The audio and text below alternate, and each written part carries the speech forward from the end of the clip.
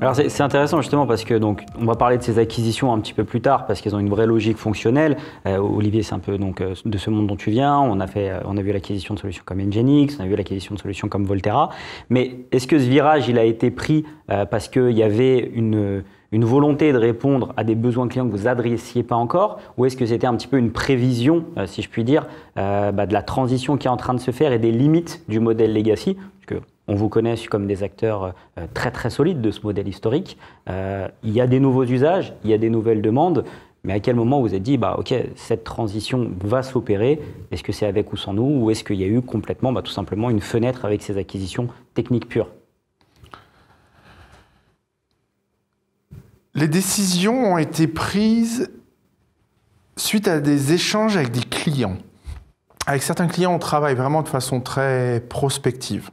C'est-à-dire qu'on regarde vraiment pas, on discute pas le court terme, on discute que du moyen et du long terme, parce que quand on touche aux applications, on touche aux métiers, et les métiers d'une entreprise, ça se transforme sur des plans de 2, 3, 5 ans. C'est pas de l'immédiateté.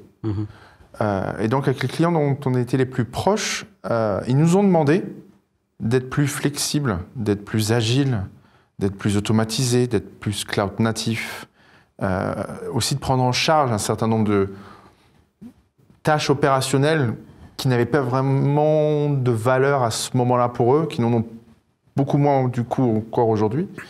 Et donc ça a été une évolution assez naturelle avec ces clients-là sur lesquels on était vraiment dans la prospective et on a regardé devant nous et on a regardé les grands chantiers qui étaient le DevOps et le SaaS.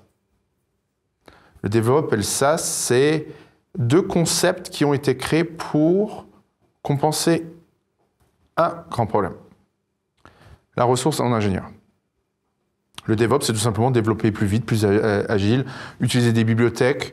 Un développeur aujourd'hui ne redéveloppe pas toute son application, il utilise des briques, il les rassemble et il utilise sa vision de constructeur applicatif pour créer des nouvelles choses à partir de briques préexistantes.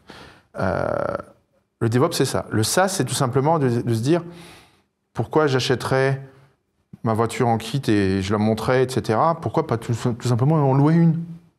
C'est un peu ça le SaaS. Et pourquoi on a besoin du DevOps et du SaaS? C'est parce qu'aujourd'hui, on manque crucialement d'ingénieurs. On manque 75 000 experts cyber en Europe.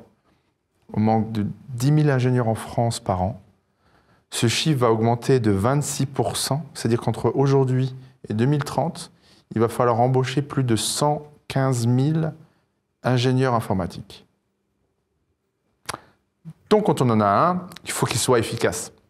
Pour qu'il soit efficace, soit il développe et on le met avec des outils et vraiment dans un environnement où il est capable d'être créatif, avec des outils vraiment très flexibles, pour pas qu'il soit embêté justement par ces aspects-là. Nous, on prend en charge avec Nginx la partie sécurité.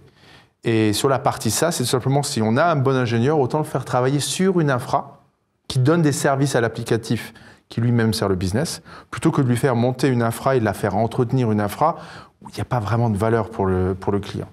Et c'est là où, avec nos partenaires, on travaille beaucoup sur mieux échanger avec les clients finaux, parce que les partenaires ont une vraie connaissance du modèle opérationnel de ces utilisateurs finaux. Ouais. Et c'est vraiment le modèle opérationnel sur lequel il faut qu'on travaille.